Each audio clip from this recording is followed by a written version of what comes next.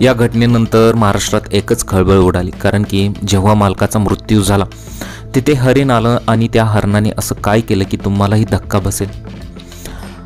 ही नक्की घटना काय आहे आज आपण बघणार आहोत। जिथे एका मालकाचा मृत्यू झाला होता त्या मालकाने ते हरिण पाळलं होतं, त्याला अक्षरशः आपल्या पोटच्या मुलासारखा जीव लावला होता। परंतु पुढे या घटनेमध्ये असं काय झालं ते पहा। चॅनलवर पहिल्यांदा आला असेल तर गुन्हेगारी वाचना या चॅनलला तुम्ही जरूर सबस्क्राईब करून घ्या।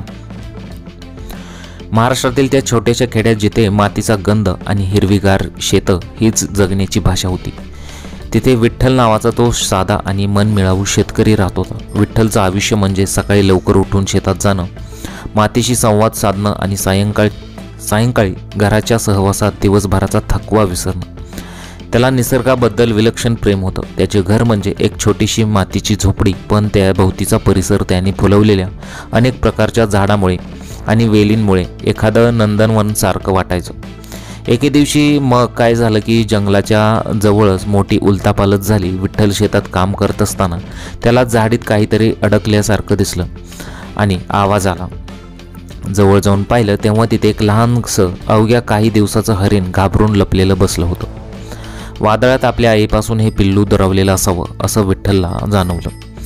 हरिण अगदीच अशक्त आणि भेदरलेलं होतं। त्याचे मोठे डोळे त्याचे निराशेने भरलेले होते।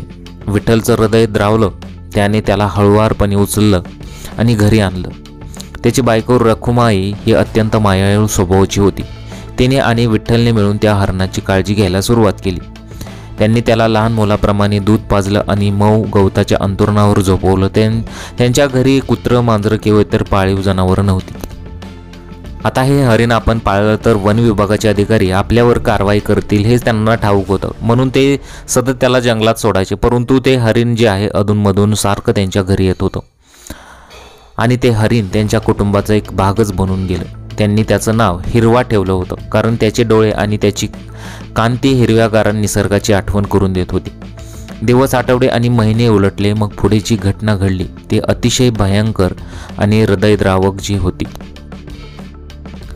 काही दिवस, आठवडे आणि महिने उलटले। हिरवा आता लहान पिल्लू राहिला नव्हता, तो पूर्ण वाढलेला देखणा हरिण बनला होता।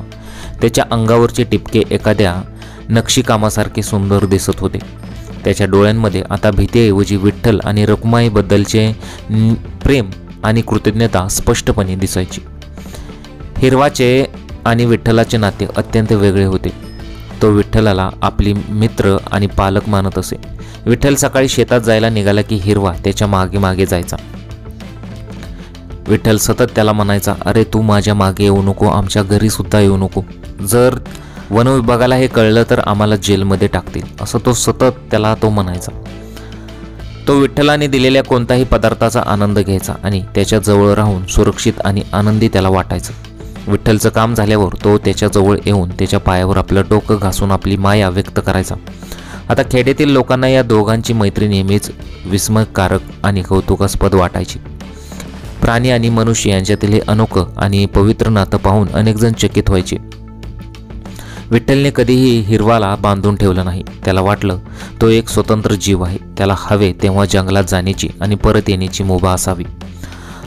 आणि खरोखरच हिरवा कधीतरी लांब जंगलात जाऊन यायचा, पण तो नेहमी सायंकाळ होण्यापूर्वी विठ्ठलाच्या घराच्या अंगणात दिसायचा म्हणजे दिसायचा। परंतु जेव्हा अशी त्याच्यावर वेळ आली, अक्षरशः संपूर्ण महाराष्ट्र हळहळ त्यानंतर हळहळ व्यक्त केला, म्हणजेच की हळहळ व्यक्त करत होता। आता पावसाळ्याच्या सुरुवातीचा दिवस होता। विठ्ठल सकाळी लवकरच आपल्या शेतात ट्रॅक्टर घेऊन नांगरणीसाठी निघाला। मागून हिरवा नेहमीप्रमाणे त्याच्या पाठोपाठ चालत होता। आता विठ्ठलने ट्रॅक्टरचा वेग वाढवला आणि हिरवाला थांबण्याचा इशारा केला, कारण त्याला वाटले आता त्या एकट्याने काम करायचे आहे आणि हिरवाने परत जावे। परंतु नियतीने आज काहीतरी वेगळंच ठरवले होते।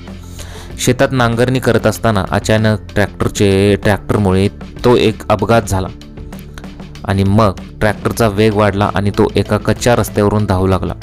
विठ्ठलने ट्रॅक्टर नियंत्रणात आणण्याचा खूप प्रयत्न केला, पण काही उपयोग झाला नाही। शेवटी एका वळणावर ट्रॅक्टर थेट रस्त्याच्या कडेला असलेल्या मोठ्या खड्ड्यात जाऊन दगडाला धडकला। धडक इतकी भीषण होती की ट्रॅक्टर उलटला आणि विठ्ठल त्याखाली दबला गेला।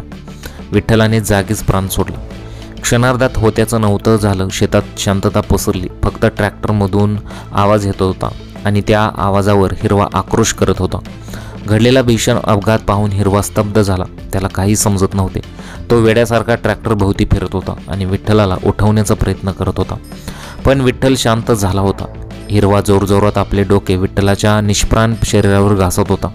त्याच्या गालाला चाटत होता, जणू तो त्याला पुन्हा जागे करण्याचा प्रयत्न करत होता. त्याच्या डोळ्यात अश्रूच होते. परंतु ही दुःखद बातमी गावात वाऱ्यासारखी पसरली.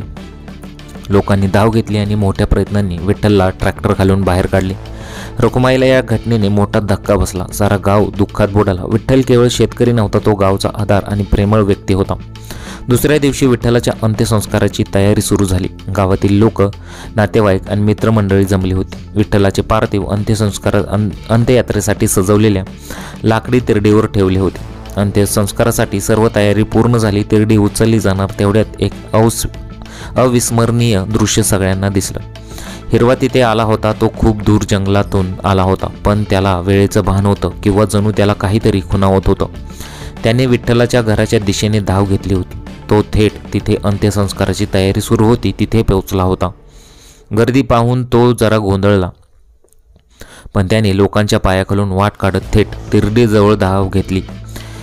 तिथे मग प्राणप्रिय विठ्ठल शांतपणे पडलेले त्याला दिसले होते.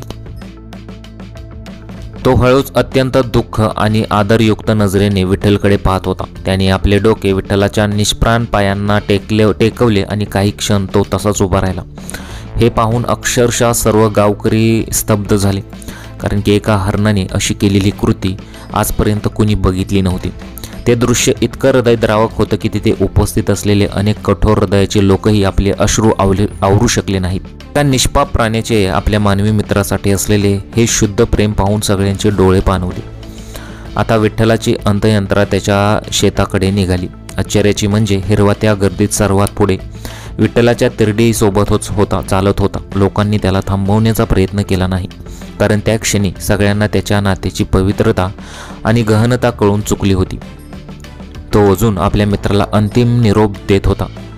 आता मग शेतात आणल्यानंतर तिथे त्याला अंत्यसंस्कार त्याच्यावर झाले आणि त्यानंतर हिरवा दूर एका झाडाखाली उभा होता. परंतु जेव्हा लोक आपापल्या घरी परतले तेव्हा तो तिथे राखेजवळ आला आणि अक्षरशः तिथे स्तब्ध उभा होता.